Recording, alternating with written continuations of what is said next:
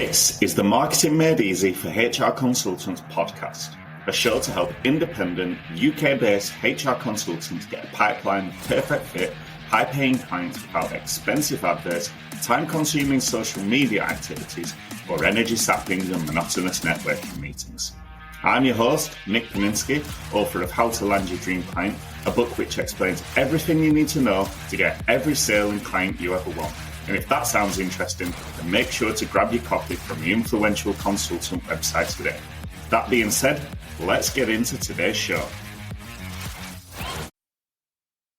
Hello there, and welcome back to another episode of Marketing Made Easy for HR Consultants with me, Nick Paninsky. On today's episode, I'm joined by Sarah May, HR consultant extraordinaire, who is a experienced HR consultant. She's been self-employed for over 2 years now, working in HR for over 12 years, and she is also the chapter president of Brighton Pavilion BNI. I got there. Thank you for joining me, Sarah. Thank you for having me. Yeah, no problem. It's good to have you on. Obviously, we've exchanged a few messages on LinkedIn, had a few comments here and there, and yeah, it's good to finally meet.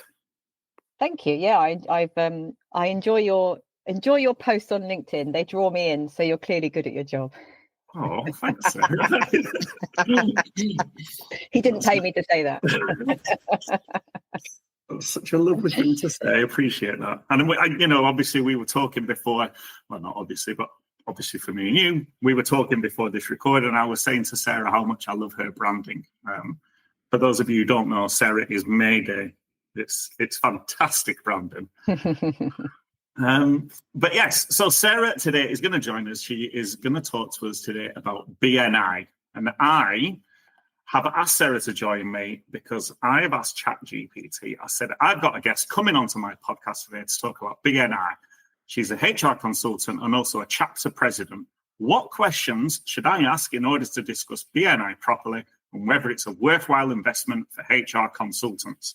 And ChatGPT has given me about 17 questions to go through, so whether we'll get through them all or not is here or there. But for now, question number one, Sarah, are you ready? I'm very ready. Very ready. Love it. So this one's a nice softball one. Tell us a bit about your business as a HR consultant. Who do you typically help and what kind of work do you do? So my business is Mayday HR, and I specialize in, the HR world, it's employee relations, because we all know that's what it's called. But to everybody else, it's HR emergencies, hence the Mayday. So I spend a lot of my time dealing with all the dramas that no one else likes dealing with, disciplinaries, dismissals, complex cases, etc. But I much prefer helping people prevent them in the first place with good line manager training for business owners. And I also offer a retainer service for micro businesses as well, who might not need full service HR, but definitely need an HR person in their corner, and they're quite a high risk area as well. And I've been going for about 2 years, based in Brighton, but can cover the whole of the UK. I like that. That's really smart that you've niched down, because HR is such a broad church. It could cover, mergers and acquisitions, TUPE, employee onboarding, where if you've cut out a little piece of the puzzle for yourself. Yes, because I started I've always been an ER specialist in my in-house roles, but when I started my business, I kind of ended up being a generalist, and I ended up hating it. And I was like, why am I doing work I don't want to do? So about 6 months in, I decided to specialize in a niche. And also when you niche, especially in employee relations, people come to you when there's a problem. So they'll pay you more money. They'll pay you more money. So that's another good thing about niching, is you can command a higher price, I would say. And also I enjoy it. I'm one of those weird people that believes that you can dismiss people and dismiss them well. And I mean, obviously I don't get a buzz from sacking someone, but I definitely get a buzz from teaching people how you can do it well. I've made people redundant, and they've shaken my hand at the end and said thank you. So it absolutely can be done properly, and that's what I'm passionate about. No, I like that. That's awesome. And just to flick back to what you were saying there, my most downloaded podcast episode is with another HR consultant who specializes in redundancies. And the idea that you can niche down was something that she covered, because she said, this is how I built my business. I am one area of HR. They know what they're getting. and you're a specialist. And then if you're known for that, and also because if you're a generalist, you talk too broadly about things, and like you'll know, you can't then talk to your ideal client because how are you hitting the pain points? Whereas if you niche, it's a lot easier to do your marketing and everything like that because you're niching down and talking about a specific thing. So yes, it's a lot easier to talk to your target audience as well. Love it. So just FYI for those listening along, I did not pay Sarah to say that. It's just, the truth. Niche. Okay, so question 1 answered. Love it. Question 2, you're also a BNI chapter president. How did you get involved, and what made you stick it out long enough to take on a leadership role? Well, the first thing I should probably explain is what BNI is for people. Oh, I love that. Yes. They might not know what it is. So, a lot of people will have heard of BNI, and then they'll see a lot of people say they don't like it. BNI is networking, but it's a different kind of networking. It's called referral networking.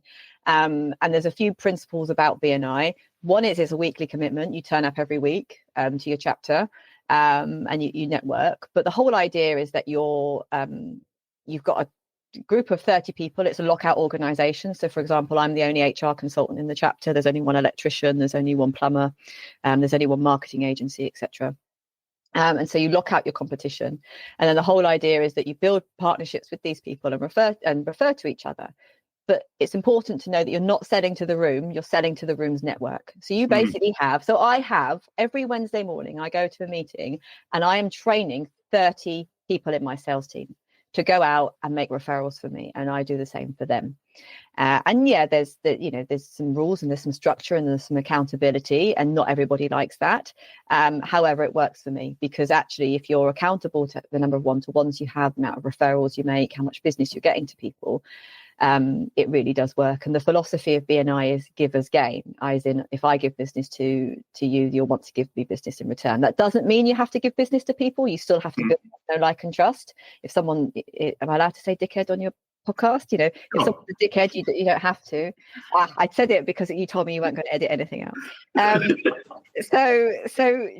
you don't have to refer to them. So you still have to build those relationships, but that's much easier to do it every week. And so anyway, I went along 18 months ago now, and I turned up to a meeting having previously said to someone, no, I don't want to go, I don't want to join, I don't want to go. And they said, just come along and see. And straight away I was in that room going, wow, these people are turning up and they like each other. They're all friends. Hang on a sec, they're all friends and they're turning up and they're hugging each other, and you could see real friendship and love in the room. But then also there was business. And I mean, my chapter last year, there's 30 plus members. We passed £2 million worth of business between us all. We were the top performing chapter in the region. So there's a lot of business flying around that room. And so to answer your question, for the first 6 months, I was like, right, I'm just going to give as much as I can to this room. So I made sure I got my business cards from the printer. I used the photographer for my photography when I needed a shower fixed. I called the plumber and made sure that I used the services of the people in the room, but then also gave really good referrals, got to know people so that I absolutely knew what they were looking for. And what I like about BNI is it basically mirrors what I believe about the rules of the universe, right? You've got to put it in to get it out. Yeah, the rules of the universe. If you believe in the universe, BNI will work. And so I did that for 6 months, and someone told me when I first started that what will happen to start with is no one will use you because they'll want to get to know you. And then the room will start using you. And after a few months, maybe 6 months, they'll start referring you to their clients or their friends or their whatever. And that's exactly what happens. And now I would say probably a third of my business comes from BNI, just over a third, I reckon. And how I got to be a president, I was asked after 6 months if I'd join the membership committee. So in BNI, we run it as a business. So there's a president, a vice president, a secretary treasurer who looks after the money. And then there's a membership committee who does all new applications, vets people, deals with any conflict of interest, plans for the future growth. So we run it as a business. So I was on the membership committee for a while, and then I became vice president, which is a really tough job because that's really the vice president has the power. They have to run the chapter. The president, all they need to do is turn up and lead a good meeting, right? They're the figurehead. And so I was then asked to be president, and I've been doing that since the beginning of this month. And basically, I love the chapter. And so being part of the decisions of how that chapter grows and develops is really important to me, because if you care about something and it works for you, you obviously want it to do well. So therefore I invite people. Last year I invited more visitors than anyone else, because I wanted, and actually 2 of my visitors joined. Nice. So I invited people because I was like, I think this is brilliant, come along and see for yourself. So I'm a massive advocate for BNI because it absolutely can work. So yeah, I just love it. And so, yeah, being able to be the face of it and to lead a good meeting, because it's a very high energy 2 hours. I'm exhausted afterwards. I now take Wednesday afternoons off because I can't cope with the whole day. But if you think about it, you're leading these 30 people. They've got to want to turn up. We need to make sure that they renew every year. So we need to make sure that they're getting their return on investment. And so running the meeting is part of that. And it's like a job you've effectively taken on. Yeah, but also with lots of responsibilities. But what I would say as well, though, is if anybody who's listening who does BNI or is thinking about it, taking on a top table position, we call it a top table in BNI, it's not a cult, I promise, but taking on a top table position or any kind of leadership role. For example, there's other roles, like we have somebody who's our education coordinator. So we have an ed slot every week where somebody teaches us something, Yes. a skill about your business. And so our marketing agency guy is the ed coordinator. So as a result of that, he gets loads of speaking gigs because he's a good speaker, right? And so anything you do that's an additional role increases your visibility and credibility. And so I started volunteering to do some ed slots, and then I was on the committee. So people then, again, it builds into that know, like, and trust of, oh, actually, she's good at what she's doing. Oh, actually, she's good at organising us. Perhaps she'll be good at sorting out my HR. So I think as a result, taking on additional responsibility as well is good for your business. Because it increases your visibility and credibility. No, 100%. It's interesting that you share that. From another perspective, this morning I was looking at working for charities for free just to share my experience. Because as you say, like the more people you expose yourself to in a public setting, that, like you say, give us game. And, absolutely. Yeah. And I'm not in BNI, but I understand that rule of reciprocity makes a lot of sense. Absolutely. But it's also about knowing that, it's not just about, the electrician's in my chapter, so I'm going to recommend him. You still have to build that. I still have to know that actually he's going to turn up, that he's going to do a good job. And you do that by building those relationships over time. And so that's why I said, the room will start using you, and then they'll start referring you, and then they'll hear back from their clients that actually you were good, so they'll refer you again. And so, for example, in BNI, if you don't turn up, because you have to turn up to the meeting, or you have to send a substitute. If you send too many subs and you're never in the room, you'll lose the room. People won't refer to you. But also, you've got to turn up. But if you say you don't have one-to-ones, or you don't turn up to your one-to-ones, or you never follow up on a referral, people won't refer to you. And so often I have it when people come to trust you. Yeah, and people will come to me and say, I'm not getting much out of the room, I think I want to leave. And because we obviously measure what their contribution is, I'll look at them and I'll go, well, look at your stats. You've only done 4 one-to-ones in the past 3 months, and you haven't made any referrals. So no wonder you're not doing one out of the room. And so the whole idea is the more you give, the more you will get. And that is absolutely true. I mean, I've been top 5. I'm normally top 5 in the region in Sussex. So I get my face on all the so Sarah top 5.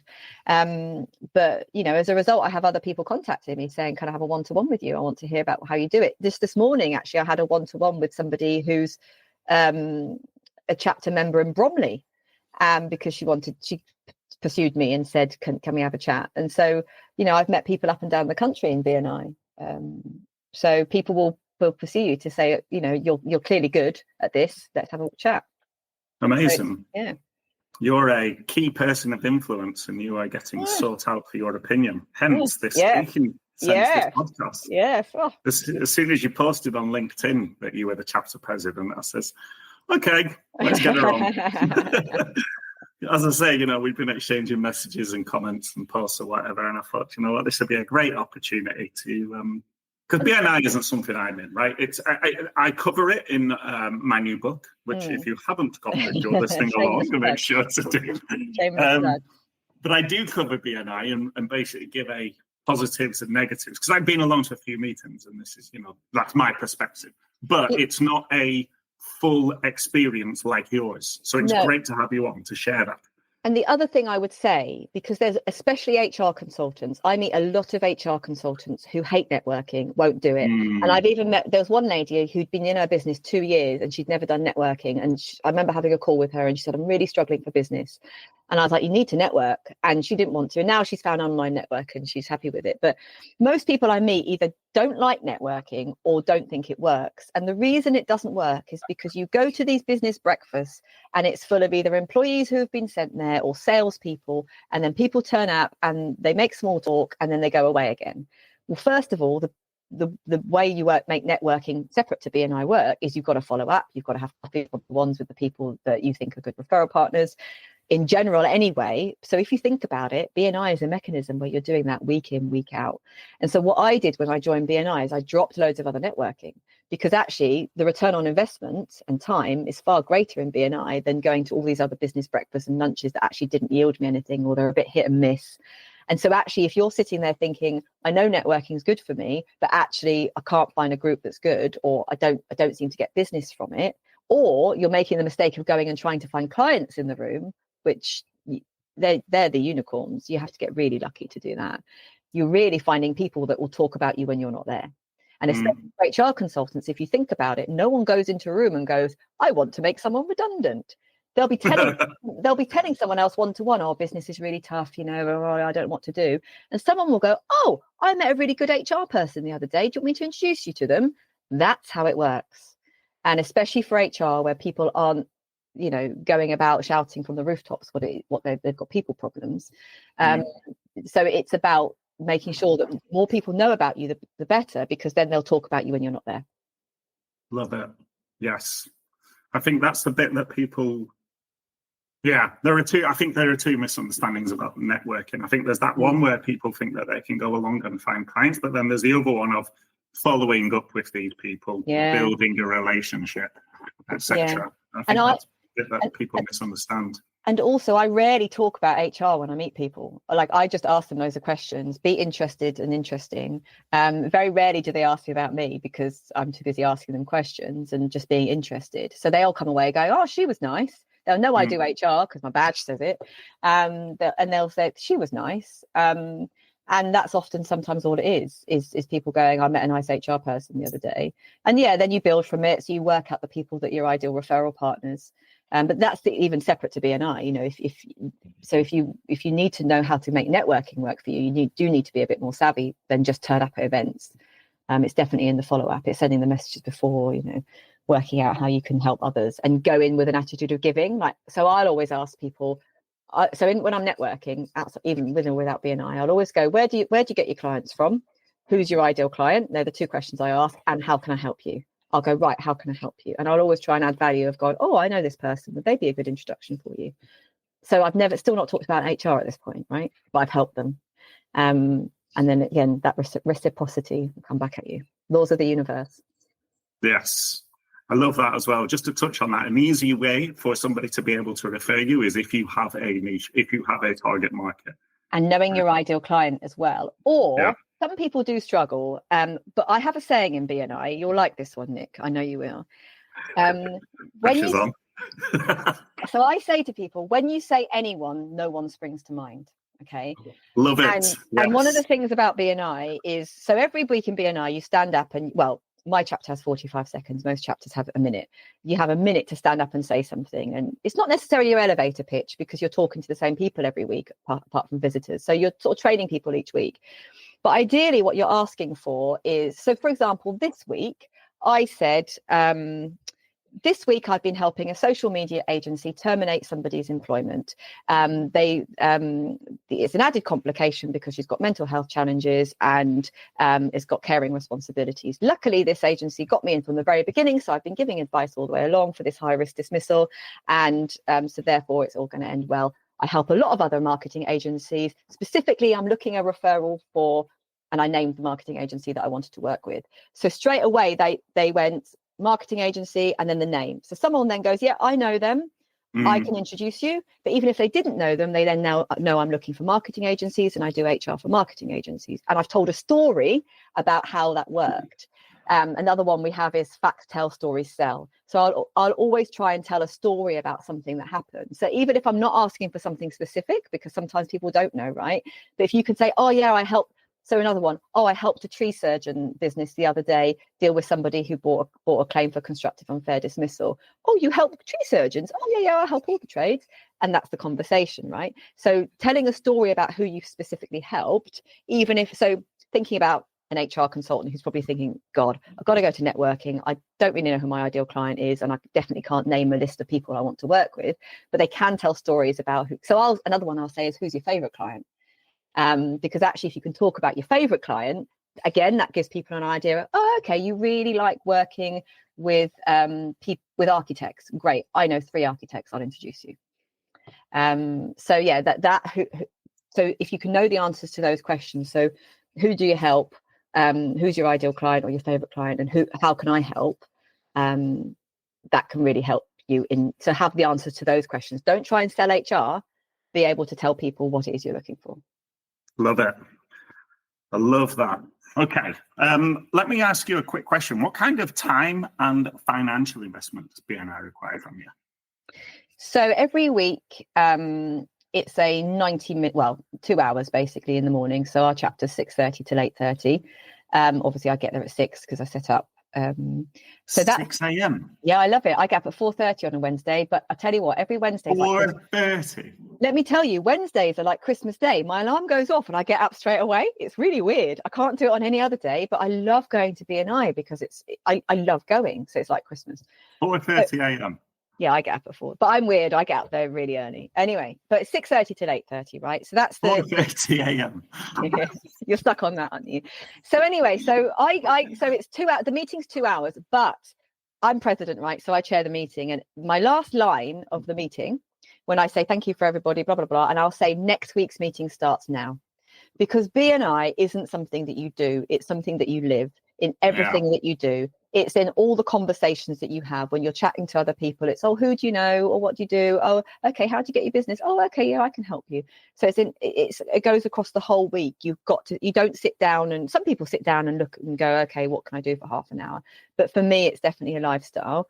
And so I think it's 2 hours. It's a 2 hour time commitment, and it's a but obviously it's a lifestyle for the rest of the week. And in terms of funds, I'm going to be really transparent because love it. Love a bit of transparency. I don't know if BNI HQ will tell me off for this. I don't know, but I'll tell you right now. Tell them to go. But it's important to know, and I'm actually going to tell you, how quickly I made back my investment. So listen, BNI is not cheap. It's not cheap because you're paying to be. Membership is a privilege, right? We only take we turn people down. When people apply to our chapter, we turn them down if they're not the right person. So it's absolutely a privilege to join. And I literally call us the best networkers in town. So when you join a chapter, you've got to bear in mind that you've basically recruited a team of 30 plus salespeople. So you've got to think of it that way. Imagine if you wanted to hire one salesperson in your business, how much it would cost you, right? So with that in mind, BNI this is plus VAT, but $299 joining fee, and it's currently for the year $960. Okay, so 1,200 quid, say. No, a bit more than 1,200 quid.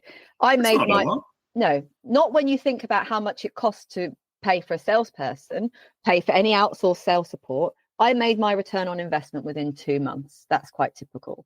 And remember, I said earlier, like I gave the first 6 months anyway. I didn't expect any referrals. So I made my money back very, very quickly. And also BNI is cumulative. The longer you stay, the more you'll get. It snowballs. And that's how much it costs. And lots of people are like, oh, that's a lot of money. But actually, how much are you spending on going to all these little lunches that you go to where you don't meet anybody, and how much time is that taking out of your week? And add that up over time, I guarantee you'll probably come to almost the same amount. And like I said, I ditched loads I still go. There's one, I'm going to give them a shout out because it is brilliant, but Jim, who's now vice president, he was president, he runs Brighton Big Business Breakfast Club, third Friday of every month in Brighton. And that's networking, but it's very, very different to BNI. And so many people just go for the social because they love it, right? So I still go to that from time to time because I enjoy going, but I ditched so many other things because actually they weren't serving me. So it is an investment, but I tell you, most people renew. The majority of people renew for a second year. And then once you renew for a second year, you're normally in for life. We've got people who have been there 18 years. So it definitely works. And don't forget, it's not just referrals, it's peer support. And also, it's also, like I said, I've now got somebody that will come and fix my shower and will give me a deal on it, who will come and sort my electrics out, who like yesterday, the waste man, Dan, we've got a new mattress. I needed to get rid of a mattress. I messaged him going, can your guys come and pick up my mattress for me? He did it, job done. Like all of a sudden, I've got all these people that can help me in my life. So yeah, it's brilliant. I love that. I think, it's I think, well, the thing that I always say whenever anyone asks me about BNI, I say you can build a successful business out of it. You really can. I know that even without the fact that I've been a member. And the other thing to say about that, so BNI gives a lot of training as well. So as part one, you get training, when you join, but there's also podcasts, there's an online portal. They give things like presentation skills, they help you with your 1 minute. You also, every few months, each member gets an opportunity to do a 10-minute presentation. So mine's actually next week. So I'll do a 10-minute presentation to educate my fellow members more about what I do and who I'm looking for. But what I was going to say was, so if you think about it, that, like, let me use Dan the Waste Man. I'm pretty sure you won't mind me saying, when he joined, he just started his business, right? Didn't have any branding or anything. As a result of being in BNI, he's just renewed for a second year. He's now got 2 people on the payroll. He's rebranded. He's got a website from the people in the room. The website guys helped him with his website. And he's growing his business. Yeah. And because I remember saying to him, you'll need a second van within 2 years. And he's now getting to that stage because his business is growing. So I also know another HR consultant actually who joined a chapter down the road from me, Dawn. She started when she had no clients, nothing. She literally was, I'm starting an HR consultancy, and that room helped her to grow. The business coach gave her some free advice. The website guy helped her with her branding. She even changed her business name because he told her it was rubbish, and she changed it. And then her first clients came from that room. Which meant that she built testimonials. And so if you're very, very new, it can be really, don't think I've got to be established to go, because it will help you through the training that you get. It will help you define your niche and your offering. You stand up every week and you'll go, actually, they didn't get it that week, or okay, that my messaging isn't getting through. Okay, I need to tweak it. And you can have one-to-ones with people who will give you that feedback. So it'll help you with that as well. You don't have to be a polished professional to turn up. Because the room, like I remember one person, they stood up and did their 10 minutes and he started talking about his family and he's estranged from his kids, and he started welling up when he was doing this 10-minute presentation, and you could see he struggled, and the rest of the room went, go on, his name, I won't say his name. They were all willing him on. Like, that's nice. Special. That's special, right? Yeah, I like that. Just to circle back, how I was saying that I know with BNI you can build a successful business, but I do always say to people, I don't like to lie to people. You do have to, like you say, give us game. You do have to build everyone else's, well, not everyone else's, but you have to build everyone else's business as well. It's not like some sort of magic bullet. Yes. So with that said, I'm going to ask you some potentially difficult questions. Okay. Are you ready? Yeah, I'm ready. Okay. Some people feel BNI can be a bit cliquey. What would you say to that? It can be. I think that it has its reputation as being a cult. I'd like to flip it on its head. I don't like the word chapter. I'll be honest with you. I hate the word chapter. Yeah, sorry. That's definitely. It's all right. You don't need to apologise. It's not your fault. It just really rubs me up the wrong way. I know, but we joke about it. So we'll make jokes about it not being a cult. But I think I'd flip it on its head and I'd say, but with the clique, you get exclusivity. So actually being part of that clique means that people will only refer to you. Yeah, they're not going to refer. So when you join BNI and you join that chapter, you're locking out your competitors. If that's a clique, I'd say it was quite a beneficial clique, wouldn't you? The other thing I would say is we do make like the meeting agenda is for the visitors, right? So we have visitors most weeks, we have visitors days, and even if visitors don't choose to join, the average visitor is actually worth £500 to that room in terms of referrals and things that happen, even if they don't join.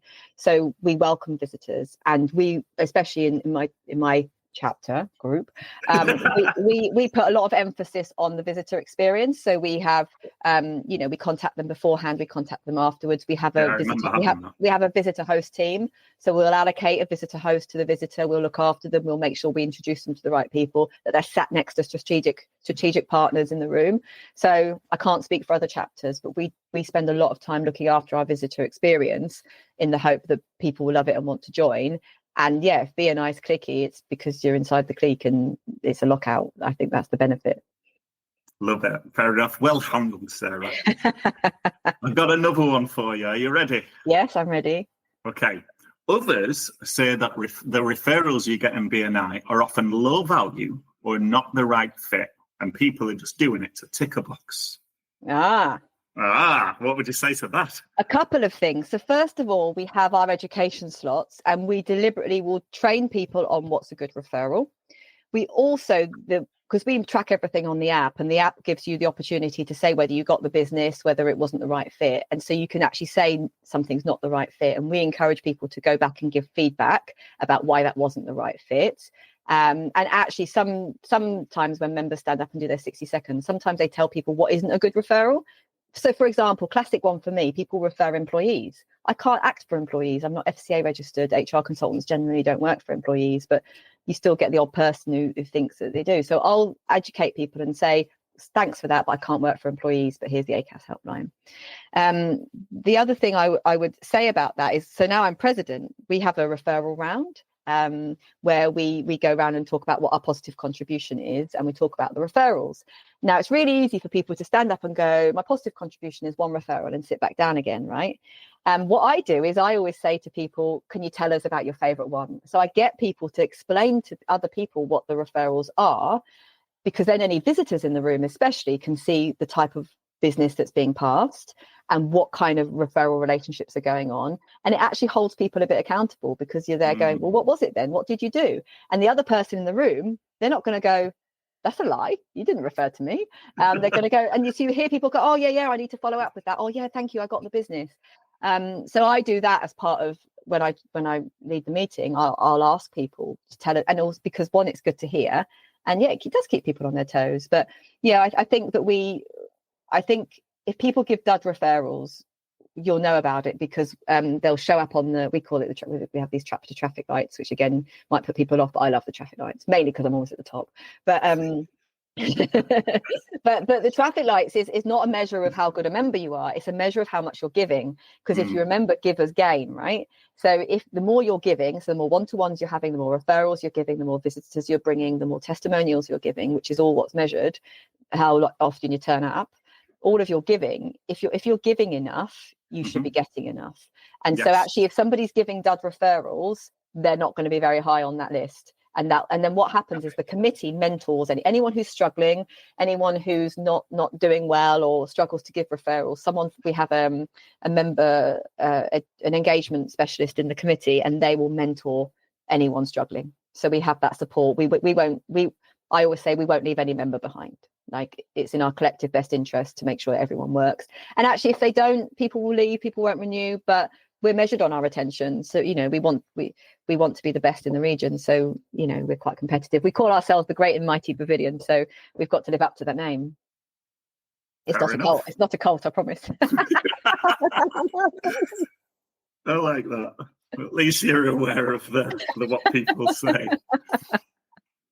So I guess last difficult question for you.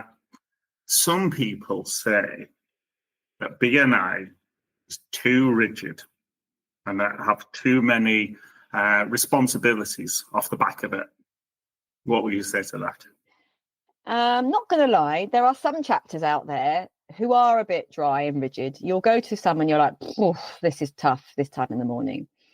What I would say to people is try out a few chapters, because every chapter is different. So I'm really lucky. I go to Brighton Pavilion. We have a great group, great people. I would say Jim, who was the president before me, who's now vice president, is, it was really tough stepping into his shoes, because he was cracking. But we have music on when people arrive. We have a bit of fun. We have. No. Well, maybe we might have some Katy Perry, but we have music on. We have a break. We add in a break that we don't have to, because we like the networking. There's always laughter. There's always fun. And we still have to stick to the BNI agenda, because it's brand. That brand. You've got to stick to it, and BNI works. You've got to stick to that agenda for a reason. Yes. But we make sure that we have fun. There's always laughs, and I think it's about the members make it. And so that, again, is why membership is a privilege. We've got to make sure that the people we're getting in are the right people that will drive the chapter forward. And yeah, you do have responsibility, but guess what? We run a business, right? And just like if you didn't go to BNI, I'm assuming most savvy business owners would have some kind of business development meeting once a week, once a month, right? You do that. So this is part of it. This is part of your business development meeting. So of course it's going to be structured, and if you want to call it strict, because if you don't do it, your business isn't going to be developed. If outside of BNI, you probably know this, the businesses that don't work on their business, who don't spend time on strategy or pipeline or where they're getting their leads from, how well is their business doing? So it's part of your business development as part of your business. So I appreciate the structure and the accountability that goes with that. But what I would say is, in order for people to want to get up early and come into Brighton to spend 2 hours in the morning, it has to be fun, right? Because if it isn't, people wouldn't do it. So yeah, especially when you're waking up at 4 a.m. I don't think everyone else does that. I do that though. So I've got 3 last questions. Okay.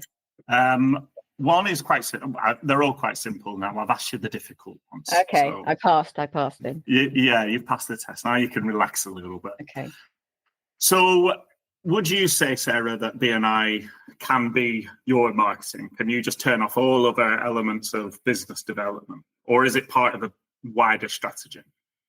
I think there are probably people out there who only do BNI and don't do anything else. I think it very much depends on the business. So, for example, you could be an electrician in BNI and get all of your leads from all the other trades in the rooms and not have to do much else. So I'm pretty sure it will work. What I would say is BNI helps elevate your brand and your credibility and your visibility. However, it's still really important to show up everywhere, because what will happen is, so for example, Alex, the marketing guy, will refer me to somebody and he'll recommend that they speak to me. I'll then email them or call them and say, let's arrange a chat. In the meantime, they're stalking me. They've gone on my website, they've gone on my LinkedIn, they've signed up for my newsletter, they've looked at what I'm looking at. And if there's no website, if there's no presence, if they can't, because I like to think I'm different to other HR consultants, and so therefore if people are going to get the feel of me, right, from what they see on my LinkedIn, for example. I get comments all the time about my branding on my website, and so therefore people are going to form an opinion about me before they've met me. So yes, it's warmed up by somebody giving me a warm introduction, going, you've got to speak to Sarah, she's brilliant, she'll look after you. But then they're still going to look at other things, and it might be that I have a chat with them, but not ready yet now. So therefore they're going to sign up to my newsletter, for example. And so I run webinars, so they might come along to my webinar. And so all of those other touch points, it's building that know, like, and trust. So I think it very much depends, but as an HR consultant, and this being a podcast to other HR consultants, you absolutely still need to do other things, because people will stalk you. I do that. I stalked you, Nick, so yeah, of course, to be like, is this the kind of person I want to talk to? But over time, therefore, the reason we're here today is because we comment and like on each other's LinkedIn. Yeah, we've built that relationship over LinkedIn, to know that actually there's that know, like, and trust there. So for you to go, actually, she's savvy enough to what I want her to come on my podcast. For me to go, yeah, he's not just some other person showing up on my comments. To be able to get to where we are. So that's the same for business development. So absolutely, I think it's part of a wider thing. But what I would say is you've you can't just turn up and be a 90-minute member. You've absolutely, with BNI, you've got to, there's a strategy to it, and you've got to work it for you and make it work. And that is tough to get into that mindset, but it absolutely needs to be part of something bigger. But if you commit to BNI, you can probably afford to drop some of it's the other networking I'd recommend that you drop. Yeah, fair enough. I think that's a fair statement as well. I would say that in general about marketing, once you find something that is generating leads, that is generating sales, throw your weight behind it. Yes. So like you say, try out a few things. There's nothing wrong with iteration, but when you find something that works, that is a tap which you have turned on, and you have effectively, you're putting $1 into that cash machine and you're getting $5 out. Yeah. Boom. Start throwing all the dollars at it.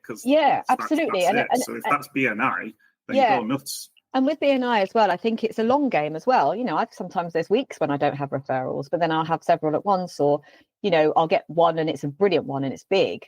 And the whole idea though is you turn up every week because you're building those relationships, and you're there for other people as well. You've got to remember you're there for other people. You've got to give.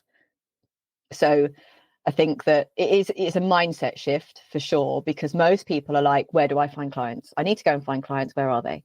Yeah. Whereas actually this is a bit bigger picture, and I like bigger picture thinking. So therefore, and also the other thing to say is it's far easier. If you think about it, most people, HR consultants particularly, hate ringing someone up cold calling going, hi, do you want my HR services? Whereas imagine if instead somebody else was doing that for you. It's easier, right? It's easier for me to even contact somebody that I half know, that's an acquaintance, going, oh, do you know what? There's this person, there's a website guy in my chapter. He mentions you every single week. He wants to speak to you because I know you. Would you mind if I made an introduction? Done that before. It's easier for me to do that than him to do it, because when we're advocating for ourselves, it's a lot harder. So if you've got a middleman doing it, who, even if there's a loose acquaintance of it, so often I don't know them personally, but I'm connected with them on LinkedIn, right? So I'll then message them going, this might sound a bit weird, but there's someone in my chat, there's someone I know who keeps asking to speak to you. Would you like this? It's for this. This is what they can give to you. Would you like an introduction? So yeah, you've got to change your mindset for sure. A mindset shift. Yeah, fair enough. I like that. And I like the honesty as well. Like when you just shared there that there can be weeks where you will not get a referral. So it's not, as I said at the start, BNI isn't some magic solution. So no, and also it depends on the value as well. Because for example, there's one guy, not in my chapter, in a different chapter, who sells garage doors for like 40 grand. So he says he just needs one chapter. Well, I don't know what kind of garage door, but he roller doors. Anyway, and he said that for 40 grand, he got one referral a year that came off, and it was 40 grand. So that's well worth it. Yeah, 100%. He stays if his joining fee was $2,000 or whatever it was, less than $1.5 grand, then easy peasy. Yeah. Fair enough. Okay, so I got last two questions. Nice and simple. What is one thing you wish more HR consultants understood about BNI before they made a decision about whether or not to join? I think it's that you need to try it out. So I had a misconception about BNI myself because I was told that by other HR people. HR people who said, oh, don't go to BNI, you won't like it. And I therefore had come up with this whole conclusion that I didn't like BNI. When how do I know I didn't like BNI? Because I've never been. And so what I would say is go along. And go along maybe to a couple, and some chapters are still hybrid and some are online. That's not as good, mainly because BNI is definitely the face-to-face and the networking, but some are, and that might suit other people. But I definitely think the biggest misconception is people decide they don't like it because they've heard from someone else they won't like it. And yes, it's not for everybody, but it absolutely can change your life, like mine. Yeah, well, I know someone else here in the HR community. I want to say it's Danny Shaw. He's in BNI. He's credited BNI with. Well, he shared a figure the other day. I don't want to share it out. I mean, he put it on Facebook, so I guess he doesn't mind. But whatever, it was a lot. Yeah, absolutely. It was a lot. And also, can I just say that as well, that I don't think I've said it here. One of my best referrers is another HR consultant who's in another chapter, because we have different niches. Have I said that already? You can say her name. Yeah, Amy. Okay, I'll quit. Hi, Amy. She'll be very upset if I've gone the whole way through and not credited her. But she's got a different niche to me. So she's very much about HR strategy. She hates ER. and vice versa. So we refer work to each other, and we even share a client, and we have an amazing collaboration. And so that's the other thing, to open your minds to other HR consultants are not your competition. You can have great collaborations with them. And actually, outside of that, there's other HR consultants in the city that I refer to from time to time as well, because I know that they do different things to me, or perhaps I'm at capacity. So that's where having your niche is important as well, because then you're well known for something, and then it's clear who you then give the work that you don't want to somebody else. And that works beautifully for me and Amy. Yeah, I think what you and Amy do well as well, from my outside perspective, is when you're on, you've got your brand, that Mayday, it's really eye-catching, and it seeps into your brain. Like, I can't tell you any of the HR consultants' brand, so I know that one. And then Amy's very good on the videos. Yes, she is. She does her videos, so that they're both very good at getting awareness. That you two are doing really well at that. Yeah, and she will say to you that those videos, that's her top of funnel stuff, because it's engagement. It's engagement that then leads people to then follow her and sign up to a webinar or something. So yeah, that's the other thing I'd probably say to HR consultants. A lot of them are scared of video, and that's honestly one of the best ways to engage with your audience. Just got to get over it. Just got to get over it. Yes. Sure. Yeah. Well, you've got to build a pipeline into your business. You've got to get a funnel. Funnel. Spoken like a true marketeer. Well, you can get people's attention, but how do you onboard them as a lead? How do you capture them? How do you nurture them? Good news is I've got something coming out for that, so watch this space. But yeah, I was about to ask you a question, but I think you more or less answered it. So let me ask it anyway, because I think we've just covered it. If someone's on the fence about joining BNI, what's a good first step to explore if BNI might be right for them? I'd say visit a chapter, but also two other things. I would say I'm always happy to have. I've chatted to a few HR consultants who have. I referred one to you yesterday, I think, or the day before. Ruth, she posted about BNI, and I tagged I saw that. Sarah knows. Yeah, so I'm always really happy to chat to people. So I think it's about chatting to people. I'd say visit a chapter, visit more than one, just in case, because it could just be the people in the room. And the other thing I would say is, before I joined, I had about 3 one-to-ones with existing members, because I wanted to know what their experience was. And that was really helpful. And like one of them, Alex, I'm going to credit Alex because he got me in. He's the one that invited me in the first place, Alex Ryan. And he showed me like the chapter traffic lights and things. So he was like, listen, this is what you're signing up to. These are the rules. And that was really helpful, because then I went in with my eyes open. So yes, you don't manage your expectations. Yeah. And that's in HR, you'll know that that's really important. So I don't like rules I don't agree with. So it was really important for me to know what the rules were that I was signing up to. And so he did that with me. And then I had a couple of other one-to-ones with a couple of other people, just to hear how it worked for them. One of them was the bookkeeper, for example, and how, and how it worked for her. So I think that's the other thing to do, is chat to someone like me about, is it right for you, but also have coffees or one-to-ones with those existing members, because ultimately they're going to become your peer group. So you have to like them, and they have to like you. Perfect. Love it. And if somebody wants to reach out to you, Sarah Mayday HR, how does someone reach out to you?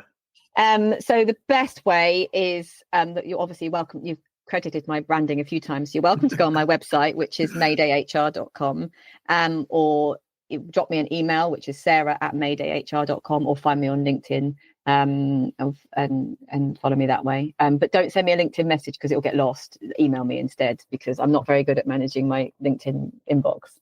I will obviously, but I will forget. So email is always best. But, fair enough.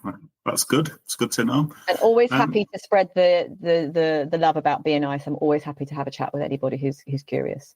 I'll be honest with you. I'm going to say this right here. BNI should be paying you.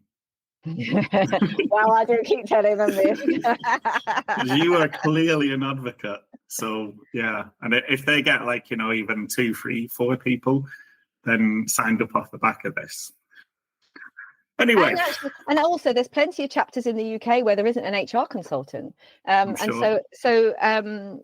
and the other thing, the last thing to say actually, is where there isn't an HR consultant, you can go and visit and sub for. So that's how there was a time when a lot of my business was coming out of other rooms. So I would go and visit other chapters, like in Eastbourne, and I would get business out of that room as well. So if there's currently if it's not locked out, you can go and visit other chapters.